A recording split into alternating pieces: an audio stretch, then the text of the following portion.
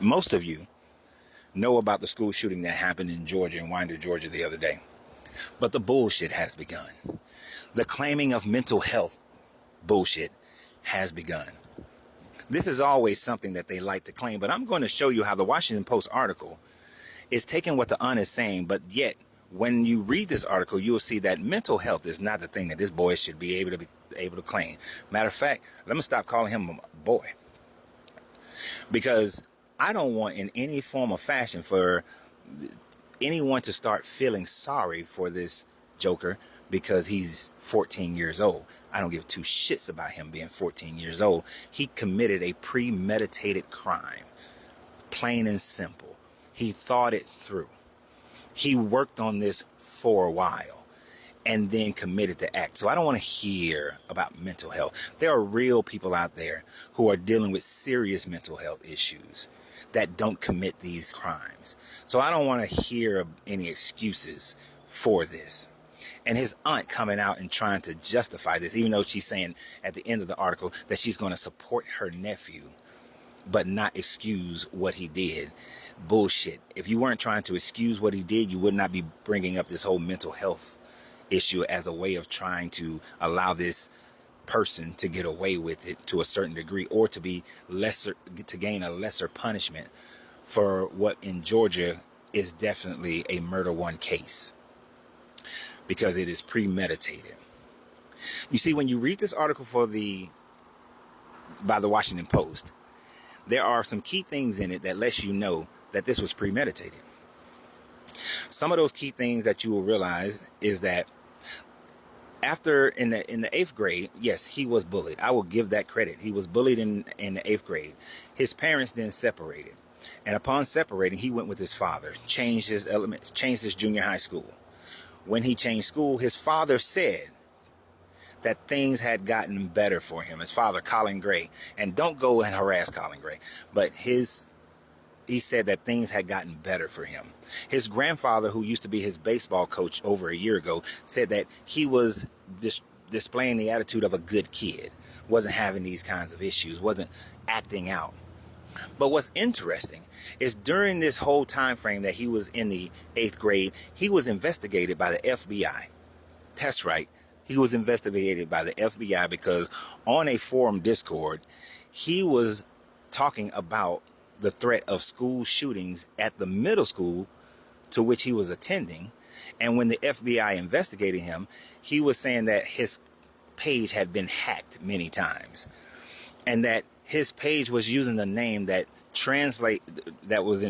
name was written in Russian that was translated to I can't pronounce the name of the guy who at Sandy Hook. And so this person, to a certain degree, it could be said, was idolizing the Sandy Hook murderer. And when the FBI received a tip from an informant giving a description of who owns this Discord page, to which they couldn't determine who was the owner of it, it didn't fit the description of Colt. So they closed the case. They let it go. They didn't give it as much attention.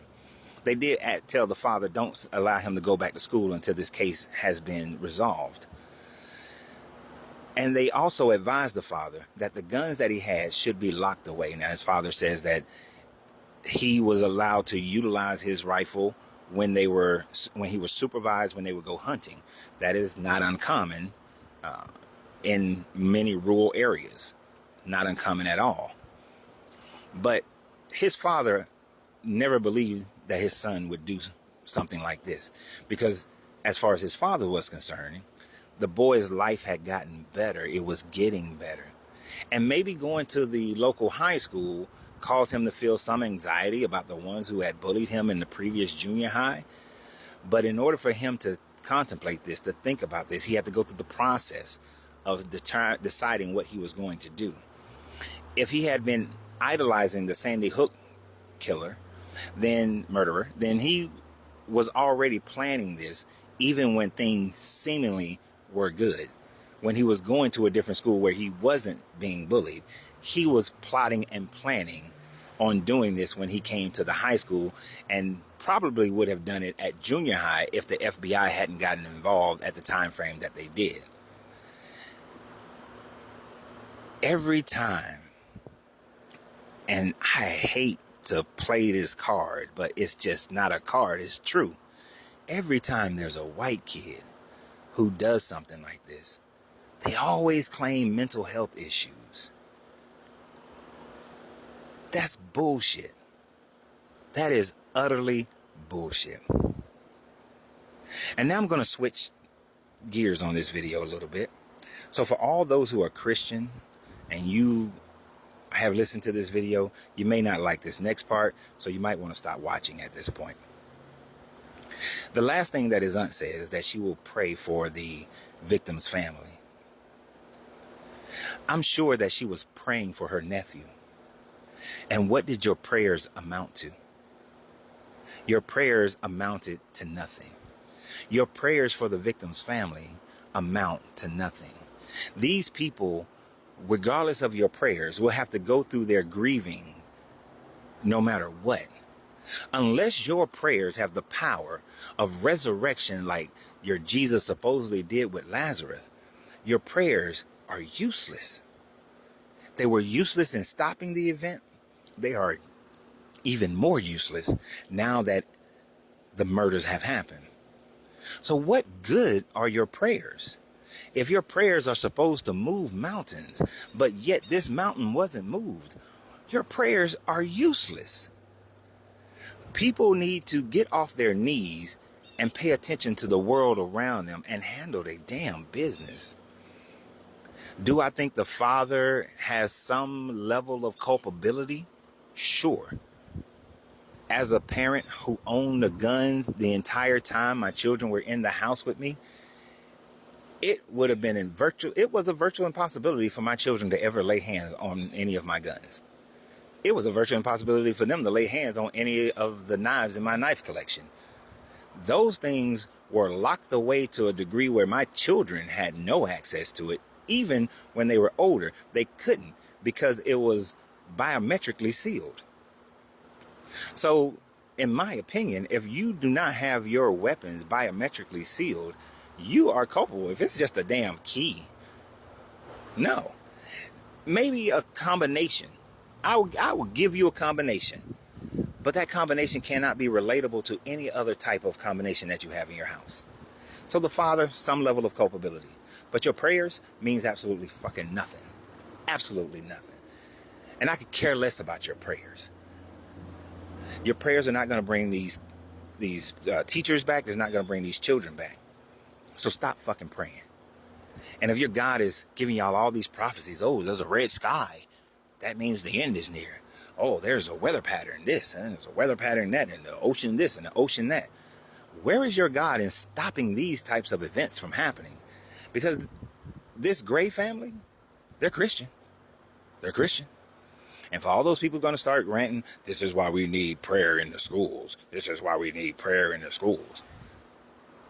You don't think that people in that school was praying? You don't think that there are children who go to that school every day praying? You don't think there are teachers who go to them schools and every day they're praying? You don't think people are praying independently in these schools? People are praying all the time independently in these schools. And it stops absolutely nothing. Absolutely nothing. And if you were praying during the events of it, what did it stop? Nothing. Absolutely nothing. So prayers in school is not going to stop these events. We had prayer in school when I was a kid. Did it stop bullying when I was in school? Absolutely not. It stopped zero bullying. Did it stop fights in school? Absolutely not. It didn't stop any fights in school. We didn't have any shootings in school because most kids were afraid of their parents or the consequences of those types of actions. So no, it does absolutely nothing. And if you teach your Bible in these schools, that is not going to stop anything because it's riddled with violence. All you'll be doing is teaching the children violence to teach your Bible in school. So it is a bunch of bullshit. We have to teach our children to be better humans, to be accountable for their actions, to stop trying to blame it on some entity that you cannot prove, whether it's God or the devil, because you can't prove either. So think about that for a minute. subscribe, and always remember, you have to free yourself to be yourself, because your greatness is non-negotiable. Good journey, good vibration.